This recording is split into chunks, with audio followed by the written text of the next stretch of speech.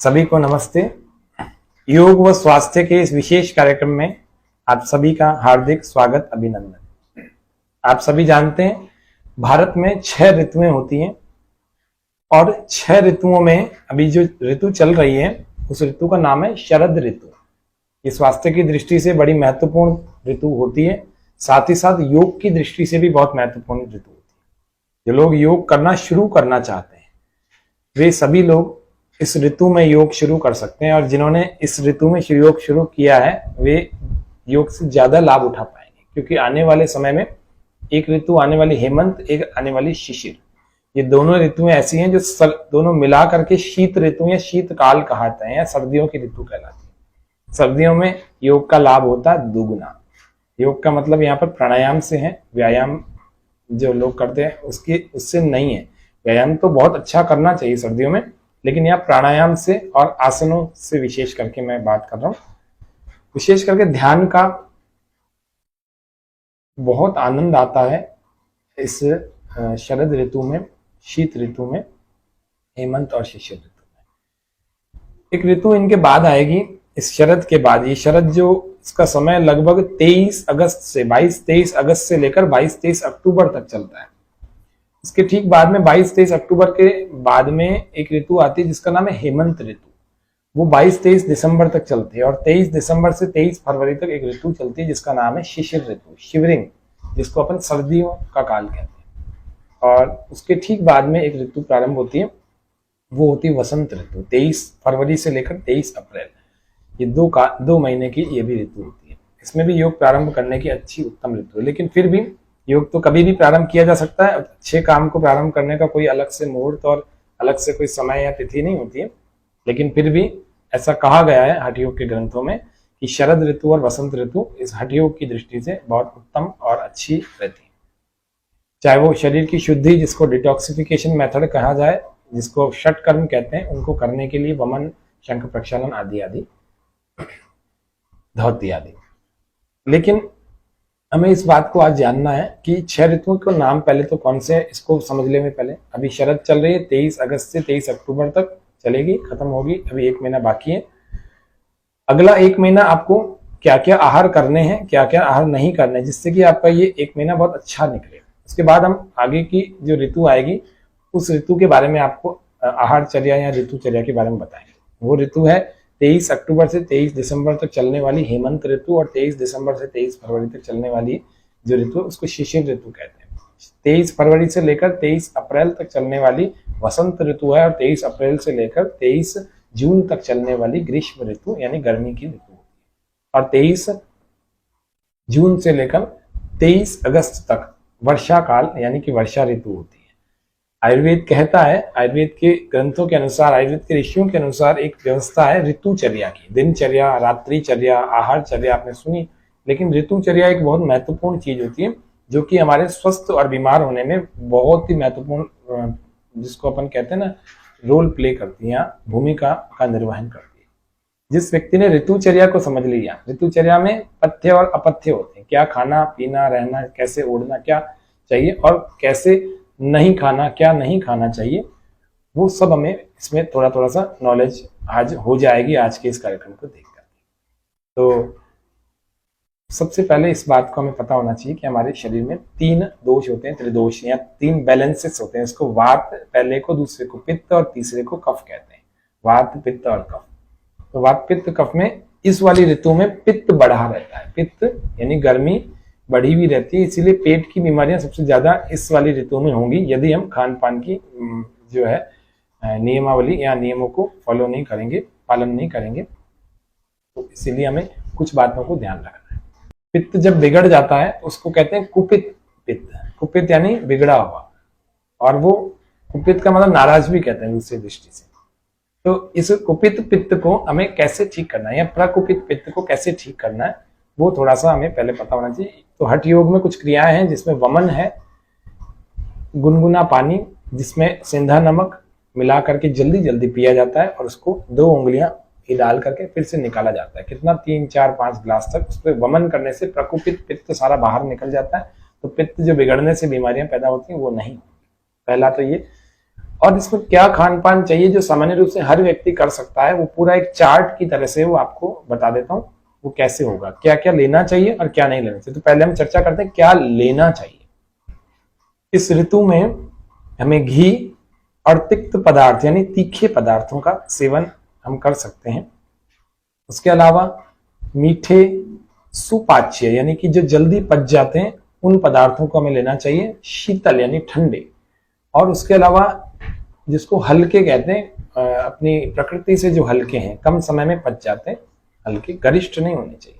इन ऐसे पदार्थ, गरिष्ठ के लिए सर्दी है, उसमें बहुत तेज जठराग्नि रहती है, तो आप सर्दियों के लिए वेट करें।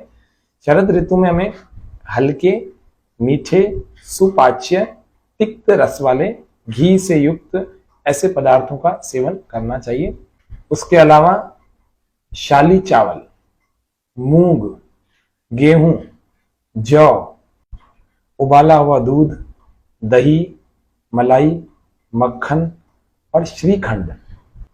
सब्जियों में देखें तो चौलाई, बथुआ, लौकी, तुरई, फूल गोभी, मूली, पालक और सोया और सेम। फलों की यदि बात की जाए तो अनार, आंवला, सिंघाड़ा, मुनक्का और कमलगट्टा। राजस्थान के लोगों में, राजस्थान की सब्जी मंडियों में अभी आंवला भरपूर मात्रा में आया नहीं है, थोड़ा समय लगेगा, लेकिन बहुत सारे राज्यों में आ जाता है।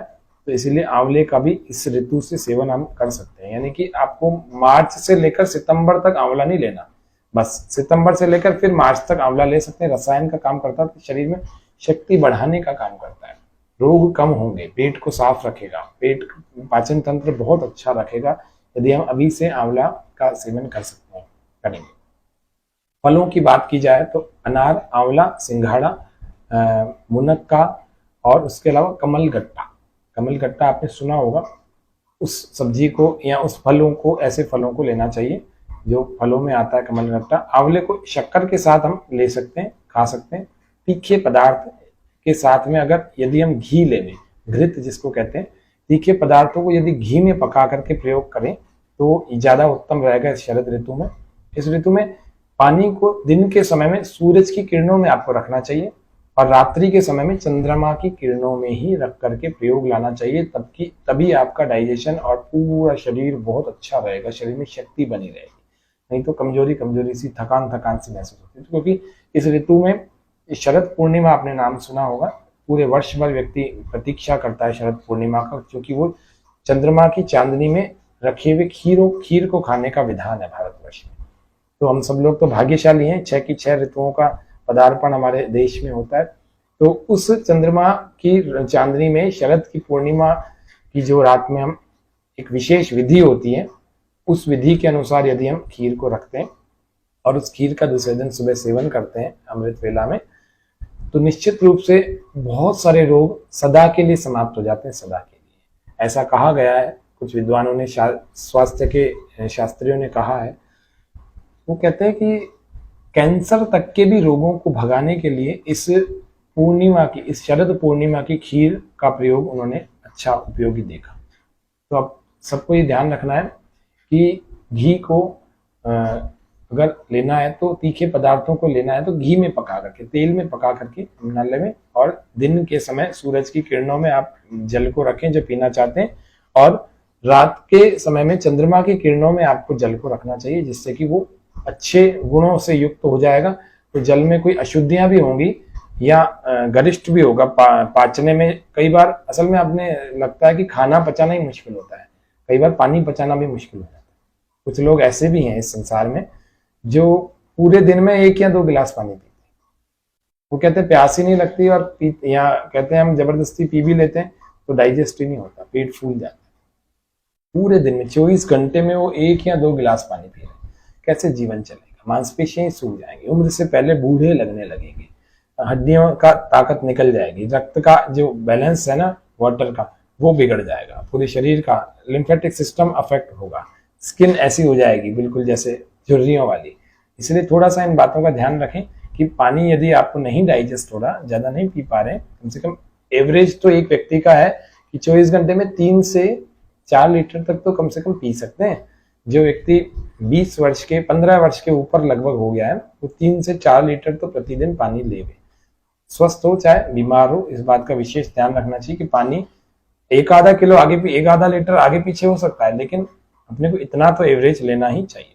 उसके अतिरिक्त हम क्या कर सकते हैं, इस ऋतु में जो अगस्त का तारा होता है उसकी प्रभाव से जो पानी आपने रात को रखा है चंद्रमा की किरणों में, उस अगस्त तारे के प्रभाव से यह औषधि युक्त हो जाता है, प्राणों को बल देता है। उसके अतिरिक्त हमारे रोगों का हरण करने वाला होता है। जो गंभीर रोग दवाई से ठीक नहीं हो रहे, जिनका नाम सुनकर के व्यक्ति भय लगता है व्यक्ति को, तो ऐसे रोग भी धीरे धीरे अच्छे होने लगते हैं यदि प्रकृति के इन अच्छे अच्छे ग्रह उपग्रहों का यदि हम सहारा लें अपने खान पान में, तो निश्चित रूप से ये शरद ऋतु हम सबके लिए उत्तम साबित होगी। आपने वेद में मंत्र भी सुना होगा, वेद का ओम तच्चक्षुर्देवहितं पुरस्तात् शुक्रमुच्चरत् पश्येम शरदः शतं जीवेम शरदः शतं शृणुयाम शरदः शतं प्रब्रवाम शरदः शतमदीना श्याम शरदः शतं भूयश्च शरदः शतात्। ओम, तो शरद हर जगह का है, कह रहे तच्चक्षुर्देवहितं, हे भगवान हम तच्चक्षुर्देवहितं, हम अच्छा देखें और मतलब दिव्य देखें, अच्छा हितकारी देखें। देवहितं पुरस्तात् शुक्रमुच्चरत् पश्येम शरदः शतं, शरद 100 शरदों को यानी 100 वर्षों तक हम देखते रहें, अर्थात हमारा 100 साल तक हमारा जीवन हो और इन आंखों से हम 100 साल तक काम लें। पश्येम शरदः शतं जीवेम शरदः, हमारी प्राण शक्ति 100 वर्षों तक, शरद शतम यानी 100, शरद यानी शरद ऋतु।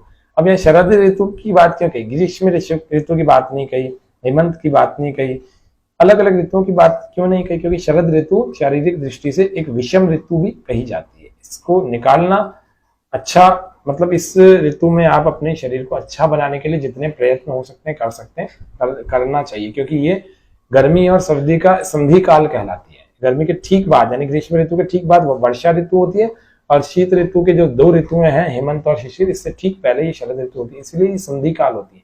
इस संधि काल में सबसे ज्यादा व्यक्ति बीमार भी होता है और सबसे ज्यादा स्वस्थ भी हो सकता है। अब आप तय कर लो आपको होना क्या है, स्वस्थ होना है कि बीमार होना है। स्वस्थ होना है तो इस अगला 1 महीना आपको, या फिर ऐसा समझ लीजिए कि 23 अगस्त से लेकर 23 अक्टूबर तक आगे जो बता रहा हूं इन बातों का पालन करें। हम जिस जल को अभी रात को रख रहे हैं चंद्रमा की किरणों में, अगस्त जो तारा उसके प्रभाव से इस जल के अंदर का सारा विष निकल जाता है और इस जल की अशुद्धियां दूर हो जाती हैं, शुद्ध हो जाता है, अमृत तुल्य हो जाता है। इसको आचार्य चरक ने आयुर्वेद के ग्रंथों में हंसोदक नाम दिया है। इसको हंसोदक यानी समस्त रोगों को हरण करने वाला। कैंसर तक के रोगी भी यदि 2 से 5 महीने तक वर्षा का जल जो कि अभी गिरा है, अभी समझ लीजिए कि 30 सितंबर तक जो आएगा जो भी वर्षा का जल, उसको यदि इकट्ठा करें, स्टोर करके रखें और उसी को पिए, तो निश्चित रूप से बड़े बड़े और गंभीर रोगियों के लिए भी ये बहुत उपयोगी है, उनके रोगों को दूर करने के लिए, जिनको एसिडिटी और गैस की परेशानी छोड़ नहीं रही। उन लोगों को भी समय रहते अपने छत पर कुछ ऐसी व्यवस्था करें कि बारिश का पानी उसमें इकट्ठा हो जाए और उस पानी का सेवन आप पीने के लिए करें और पूरे वर्ष भर करें। इकट्ठा खूब सारा इकट्ठा कर लो और कंटेनर किसी टंकी में भर के रख लो, आपके सारे ही रोग ठीक हो जाएंगे अगर एक ही इस काम को कर लिया तो। हंसोदक है, हंसोदक, इसीलिए इस पानी का सेवन आप सभी करें। आपको लगता होगा कि अभी तो बारिश बंद हो गई, अब कैसे करें, अगली बारिश का इंतजार कीजिए। इससे पहले अभी जो ऋतु के दिन रह गए हैं, तो इस ऋतु में आपको हरड़ का सेवन करना चाहिए। हरड़ का सेवन मिश्री के साथ कर सकते हैं, गुड़ के साथ कर सकते हैं। हरड़ का चूर्ण बना लीजिए, उसको मिश्री के साथ या गुड़ के साथ आधा आधा चम्मच प्रतिदिन सुबह और रात को दोनों समय लीजिए। निश्चित रूप से आपका पेट सही रहेगा, शरीर में शक्ति बढ़ेगी। जो थकते हैं बहुत, जिनको एसिडिटी होती है, जिनको गैस की प्रॉब्लम होती है, वे वो भी समाप्त हो जाएगी, कम हो जाएगी और धीरे धीरे खत्म हो जाएगी। उसके अलावा उस हरड़ को आप मुंह में रख करके चूस सकते हैं। छोटी हरड़ जो आती है, भोजन के बाद आप मुंह में रखें, उसका रस अंदर ले, चूसने से अंदर रस जाएगा और आपका पाचन तंत्र और अधिक उत्तम होगा।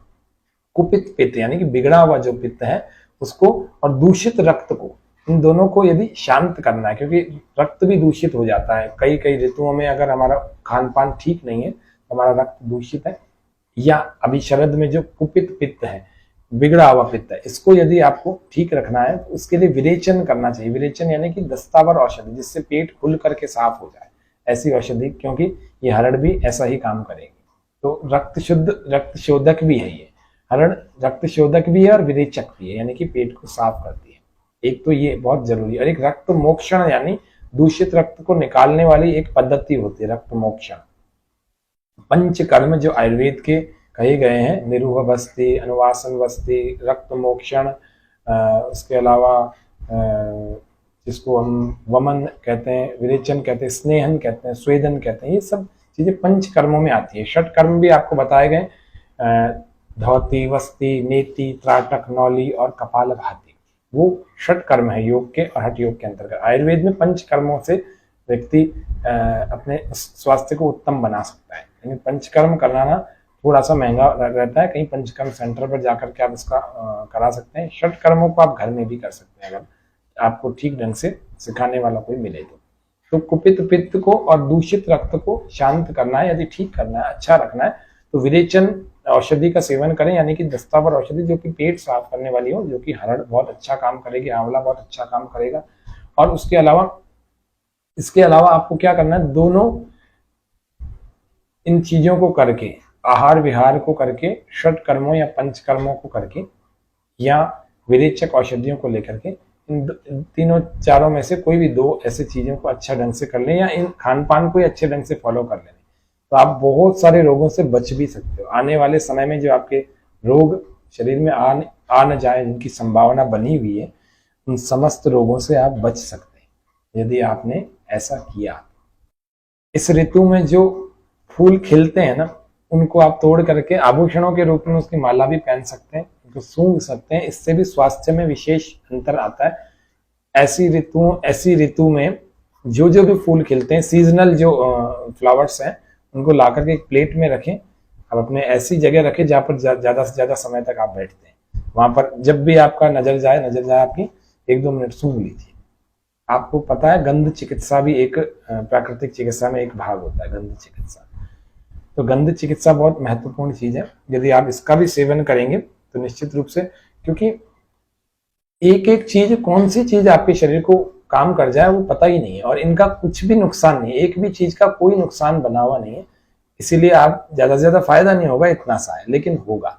किसी भी कार्य का परिणाम तो आता ही है, निश्चित रूप से अच्छा ही आएगा। इन प्राकृतिक और निरापद चीजों को यदि आप प्रयोग में लाएंगे तो निश्चित रूप से बहुत अच्छा ही परिणाम आने वाला है। रात्रि के समय में आपको चंद्रमा की किरणों में घूमना चाहिए, बैठना चाहिए, लेटना, सोना चाहिए। हो सके तो आप छत पर सोएं, मच्छरों की दूर करने की व्यवस्था करके, कैसे मच्छरदानी आदि का प्रयोग करके आप छत पर सोएं, बहुत अच्छा स्वास्थ्य होता है। क्योंकि स्वास्थ्य पर ये चंद्रमा की किरणें शरद की पूरी ऋतु में बहुत अच्छा प्रभाव डालती है। जैसे जल को अंशोधक बना देती है, औषधीय बना देती है, उसी प्रकार से हमारे शरीर के प्रत्येक रोम रोम को चंद्रमा की किरण का जो एक प्रसाद के रूप में कह सकते हैं वो मिलता है, प्रभाव आता है, स्वास्थ्य पर बहुत अच्छा प्रभाव पड़ता है इसका। इसीलिए हमें ध्यान क्या नहीं करना चाहिए इस शरद ऋतु में, अपथ्य, न करने योग्य कर्म, न खाने योग्य पदार्थों को देखते। शरद ऋतु में सरसों के तेल से बचना, मट्ठे से बचना चाहिए। सौंफ, लहसुन, बैंगन, करेला और हींग, काली मिर्च, पीपल, उड़द की दाल या उड़द से बने हुए जितने भी पदार्थ हैं, ये जितने भी पदार्थ होते हैं ना उड़द से बने हुए, या उड़द के दाल से आप पीस करके क्या बनाते हैं, दही बड़े बनाते हैं। इनको दही के साथ कभी नहीं खाना चाहिए। यदि दही के साथ आपको बड़े खाने हैं तो फिर मूंग की दाल का बना के खाएं। उड़द से बने हुए दोनों विपरीत हैं, विपरीत पदार्थों को खाएंगे तो स्वास्थ्य बिगड़ेगा, लिवर बिगड़ेगा, और अंदर और भी कई सारे असंतुलन आएंगे। एक बार से नहीं होता, कई बार करेंगे तो निश्चित रूप से आता ही है। तो उड़द से बने हुए जितने भी भारी खाद्य पदार्थ हैं इनको नहीं लेना चाहिए। सर्दियों में आप लेना, अभी मत लेना। कड़ी जैसे खट्टे पदार्थ नहीं लेना चाहिए। क्षार द्रव्य, तेज मादक पदार्थ जैसे बहुत तेज नशीले पदार्थ किसी ने सेवन कर लिए, नहीं। दही और उसके अलावा लवण पदार्थ, एक सामान्य सा नियम है कि दही में सफेद नमक नहीं डाला जाता। दही को ऐसे लिया करो, नहीं तो थोड़ा सा काला नमक या उसके साथ ही काली मिर्च का पिसा हुआ फॉर्म और उसको मिला करके खाएं, तो ये भी बड़े अच्छी उपयोगी होते हैं। लवण वाले पदार्थ, दही वाले और लवण वाले जितने भी खाद्य पदार्थ हैं या पेय पदार्थ हैं, इन सबको हमें लेने से बचना चाहिए। अधिक मात्रा में नहीं खाना चाहिए, यदि खा भी रहे तो भूख लगे बिना तो भोजन करना ही नहीं चाहिए। मैं हर ऋतु के पथ्य अपत्य यानी कि ऋतुचर्या में मैं बताता ही हूँ, सभी को निवेदन करता हूँ कि बिना भूख लगे हमें भोजन नहीं करना चाहिए। अर्ध रोग हरि क्षुधा, सर्व रोग हरि क्षुधा, ऐसे अलग अलग वाक्य ऋषियों के मिलते हैं। सर्व रोग हरि क्षुधा, अर्ध रोग हरि निद्रा, आधे रोगों का हरण कर लेती है हमारी अच्छी नींद, प्रॉपर स्लीपिंग। एंड जिसको दूसरा वाक्य कहते हैं सर्व रोग हरि क्षुधा, जिसको सही समय पर भूख लगती है और उसी समय पर अच्छे पदार्थों से वो भोजन करके उस भूख को शांत कर देता है, तो वो निश्चित रूप से बहुत अच्छा स्वास्थ्य उसको मिल जाता है। बड़े बड़े रोग नहीं होते, सही सही पदार्थों को खाना चाहिए। बिना भूख लगे कभी भोजन हमें कभी भी नहीं करना चाहिए, चाहे ये ऋतु चल रही है चाहे कोई सी भी ऋतु चल रही है। इस समय में जो धूप है और जो मौसम में जो कभी कभी ओस भी पड़ जाती है, ओस से भी बचना चाहिए। अगर पूर्व से आने वाली कोई तेज हवाएं हैं उनके झोंके से बचना चाहिए। अधिक व्यायाम नहीं करना चाहिए, अधिक काम वासनाओं पर हमें जो है उससे बचना चाहिए, ये हानिकारक है, नुकसान करते हैं। तो इस प्रकार से यदि हम इन छोटी छोटी बातों को यदि ध्यान रखें तो आप शरद ऋतु को बहुत उत्तम प्रकार से जी सकते हैं। जो बीमार हैं वे भी, जो स्वस्थ हैं वे भी। इस आज की इस ऋतुचर्या को एक दो बार ढंग से सुन लीजिए और उसी अनुसार आप अपना डाइट जो तैयार करते हैं, किचन में जो आप बनाने के लिए जाते हैं, तो इन इन पदार्थों को आप लिख कर रखिए कि ये पदार्थ हमें इस अगले इन 2 महीनों में, पूरे 2 महीनों में 23 अगस्त से 23 अक्टूबर तक सेवन नहीं करने। यदि आप ऐसा करेंगे तो आप एक ही ऋतु में देखना आपके स्वास्थ्य में कितना अच्छा सुधार आता है। योग करना अलग बात है, करना चाहिए, योग प्राणायाम आसन ये सब तो करना ही चाहिए, लेकिन उसके अलावा आहार हमारे शरीर में 70%, 60 to 70% रोल प्ले करता है। 30 to 40% योग और प्राणायाम काम करता है। प्राणायाम, आसन, ध्यान, ये सब मेंटल हेल्थ, फिजिकल हेल्थ, इन सबको, अन्नमय कोश को कैसे अच्छा बनाएंगे। अन्नमय कोश यानी कि जो हमारा भोजन से बनता है, शरीर में बल आता है, शरीर में शक्ति आती है, तो कैसे आएगी। तो पोषक तत्व सारे के सारे भोजन से ही मिलते हैं, वायु से मिलते हैं, जल से मिलते हैं, और कैसे मिलेंगे। तो इसीलिए आप अपने भोजन को उत्तम बनाएं, इस ऋतुचर्या को का पालन करें। आज के कार्यक्रम में इतना ही संदेश देते हैं। आप सबके मंगल कामना के लिए प्रार्थना, हम सबकी मंगल कामना के लिए। सर्वे भवन्तु सुखिनः, सर्वे सन्तु निरामया, सर्वे भद्राणि पश्यन्तु, मा कश्चित् दुःखभाग् भवेत्। ओम शांति शांति शांति। सबको नमस्ते।